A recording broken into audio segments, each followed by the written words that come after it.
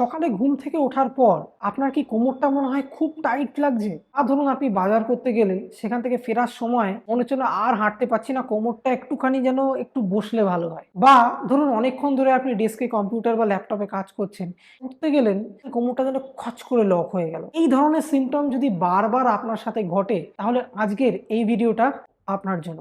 Welcome to Roy physio care. আজকের topic হচ্ছে mechanical low back pain. এই কোমর ব্যথা বা লো ব্যাক পেন বা পিঠের ব্যথা যাই বলুন না কেন, এ কিন্তু আজকাল মহামারীর মতো আর ঘরে ঘরে ভেরি ভেরি কমন, এই সবগুলোই একসাথে আর কি। এইগুলো কেন হয় বা কি করলে এই জিনিসটা কম হবে বা এটা সঠিক ট্রিটমেন্ট কি, বা যার এই সমস্যাটা হবে তার কি প্রথমেই ডাক্তারের কাছে যাওয়া উচিত না কোনো ফিজিওথেরাপিস্টের কাছে, এই নিয়ে আজকে আমরা আলোচনা করব। তো প্রথমে আসি সিমটম কি কি হয় আর কোমর ব্যথার আলাদা আলাদা টাইপগুলো ঠিক কীরকম। অনেকের হয় আর্লি মর্নিং স্টিফনেস, যেটা আমি প্রথমেই বলছিলাম, সকালবেলা ঘুম থেকে ওঠার পরই কোমরটা যেন লক বা এপাশ ওপাশ করতে গিয়ে মনে হচ্ছে যেন কোমরটা জাম হয়ে গেছে, একটা শক্ত ভাব। তো এই জিনিসটাকে বলে হচ্ছে আর্লি মর্নিং স্টিফনেস। এছাড়া অনেকের ডেস্কে বসে কাজ করার সময় হঠাৎ করে যদি এদিক ওদিক যেতে হয় তখন মনে হয় যেন কোমরটা স্টিফ, মুভমেন্ট করতে পারছি না, ঘুরতে পারছি না, কোমরটা জাম হয়ে আসছে। বা অনেকের এরকমও হয় মাটি থেকে কোনো জিনিস তোলার সময় মনে হচ্ছে যেন কোমরটা আটকে গেল, আমি ফরওয়ার্ড ব্যাকওয়ার্ড করতে পারছি না।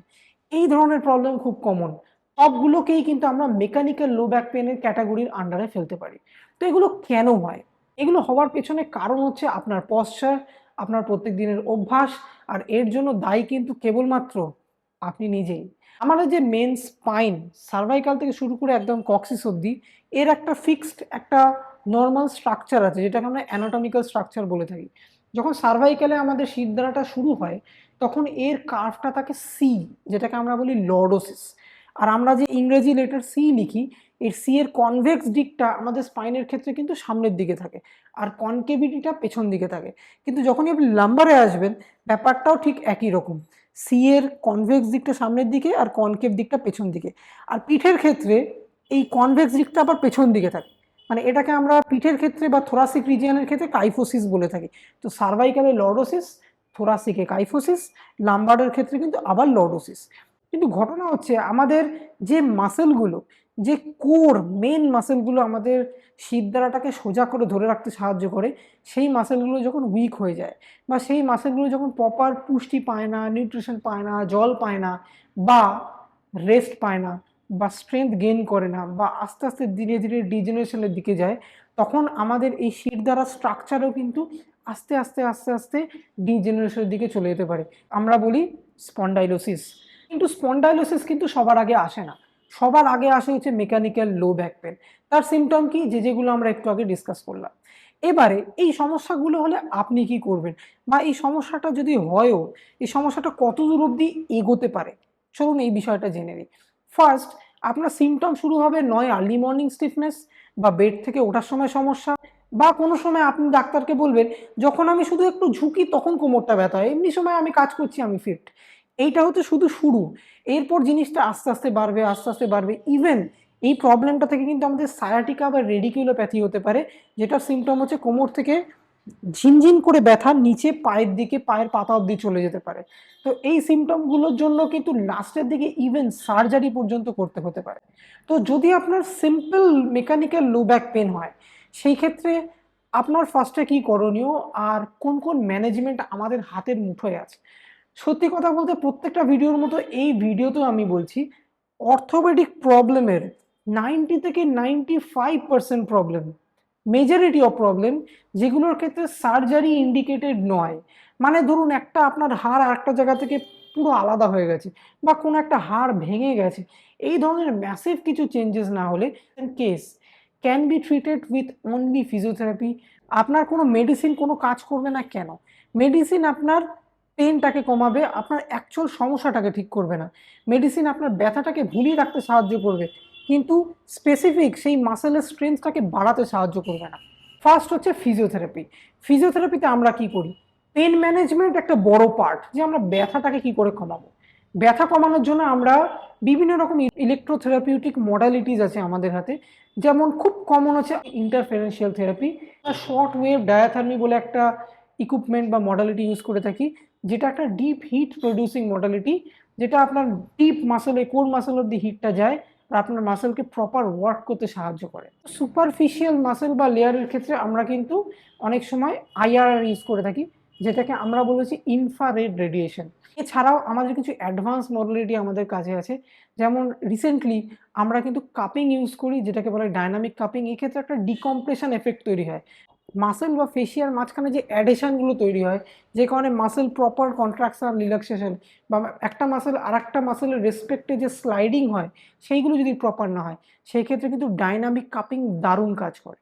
ডাইনামিক কাপিংয়ের পরিবর্তে আমাদের কাছে আইএসটিএম আছে। কিছু ক্ষেত্রে যে ক্ষেত্রে টাইট মাসেলের ট্রিগার পয়েন্ট তৈরি হয়, সেইগুলোকে রিলিজ করার জন্য আমাদের হাতে আছে ড্রাই নিডলিংয়ের মতো অস্ত্র।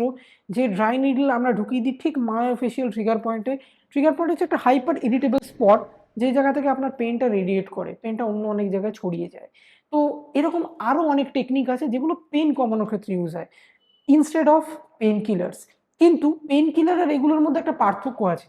পেন কিলার শুধু ব্যথাটাকে কমায়, আর এই মোডালিটিগুলো কিন্তু ব্যথা কমানোর সাথে সাথে আপনার কিছুটা কোমরকে আগের জায়গায় ফিরিয়ে নিয়ে যেতে সাহায্য করে। এটা কিন্তু অ্যাকচুয়াল আসল ট্রিটমেন্ট নয়। ট্রিটমেন্টের একটা বড় ভাগ ডিপেন্ড করে হচ্ছে এক্সারসাইজ থেরাপির ওপর, কোর স্ট্রেংথেনিংয়ের উপর, যে মাসেলগুলো অ্যান্টি গ্র্যাভিটি মাসেল, যে মাসেলগুলো আপনার বডিটাকে সোজা করে ধরে রাখতে সাহায্য করছে। যখন আপনি নিচে বেন্ড করছেন তখন আপনার কোমরটাকে শক্ত স্ট্রং সাপোর্ট দিচ্ছে, যাতে আপনার কোমরের ডিস্কটা বাল্জ না হয়ে যায়, যাতে আপনার ডিস্ক স্লিপ না হয়ে যায়, যাতে আপনার কোনো একটা মাসেল জোরে পুল না হয়ে যায়। এই ধরনের যে মাসেলসগুলো আছে, সেই মাসেল যেমন মাল্টিফিডার্স আছে, যেমন রেকটাস অ্যাবডোমিনিস আছে, এরকম আরও অনেক মাসেল আছে।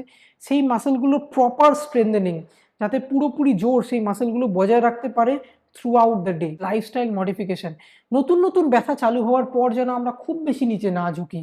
কিছুদিন, কয়েকটা দিন, যতদিন না আপনার ফিজিও আপনাকে অ্যাডভাইস করছে, বা আপনি হয়তো বাজার করতে খুব ভালোবাসেন কিন্তু আপনার কোমরের জোর আপনাকে কিন্তু বাজার করতে দেয় না, সেই ক্ষেত্রে কিছুদিন কিন্তু কোমরের জোরটা ঠিকঠাক 4 বা 4+ অবধি না ফেরত হওয়া অবধি কিছুদিন একটুখানি 5 কেজির জায়গায় 1 কেজি ওজন নেওয়া, এই ধরনের কিছু মডিফিকেশন, বা ধরুন একটু বেশি জল খাওয়া, যাতে আমাদের মাসেলগুলো প্রপার হাইড্রেটেড থাকে, যাতে প্রপার নিউট্রিশন পায়, বা প্রপার প্রোটিন ইনটেক করা, এই ধরনের কিছু মডিফিকেশন কিন্তু সবসময় ফিজিওথেরাপির সাথে থেকে যায়। আপনি কি করে ডিসাইড করবেন যে এখন আপনার actually medical treatment, physiotherapy treatment নেওয়া উচিত, না এখন আপনি বাড়িতে অল্প অল্প নিজের লাইফস্টাইল মডিফিকেশন করলে আপনার আপাতত কাজ চলে যাবে? সব মাসেলেরই একটা টলারেন্স আছে। আমি যদি একটা জায়গায় 3 ঘন্টা বসে কাজ করি, আমার কোমরের স্ট্রেংথ থাকলেও আমি যদি মাঝখানে একবারও ব্রেক না নিই, আমার কিন্তু পিঠের ব্যাক মাসেলগুলো স্প্যাজম হবে, ব্যাক মাসেলগুলো টাইটনেস হবে, ব্যাক মাসেলগুলো বলবে, ডাক্তারবাবু এবার একটু রেস্ট দিন, আমাকে একটু ঘুরে আসুন। তো এটা ক্ষেত্রেও টোটালি নরমাল। সব মাসেলই একটা টলারেন্স লেভেল আছে। কিন্তু এই জিনিসটাই যদি আপনার ০.৫ ঘন্টায় হয়, ১৫ মিনিটে হয়, দেন দেয়ার ইজ এ প্রবলেম। তো এই জিনিসটাকে আপনাকে ঠিক করতে হবে, কোনটা অ্যাকচুয়াল, কোনটা নরমাল আর কোনটা প্যাথোলজিক্যাল, এই জিনিসটা আপনাকেই বুঝতে হবে। আর যদি আপনি ডিসাইড করতে না পারেন, তবে অবশ্যই আপনার কাছাকাছি কোনো ভালো ফিজিওথেরাপিস্টের কাছে যান, গিয়ে একটা অ্যাসেসমেন্ট করুন। তাকে জিজ্ঞেস করুন যে আমার কোমরের একটা প্রবলেম হচ্ছে, এই ক্ষেত্রে আমার কী করা উচিত? সবথেকে সমস্যার কারণ কি জানেন? যদি এই কোমরের প্রবলেমটা বাড়তে থাকে, যদি মাসেলগুলো প্রপার ঠিকঠাক কাজ না করে, এই প্রবলেমটা কিন্তু বাড়তে বাড়তে মাসেল থেকে বোনসে, বোনস থেকে নার্ভে, ইভেন অপারেশনের দিকেও যেতে পারে।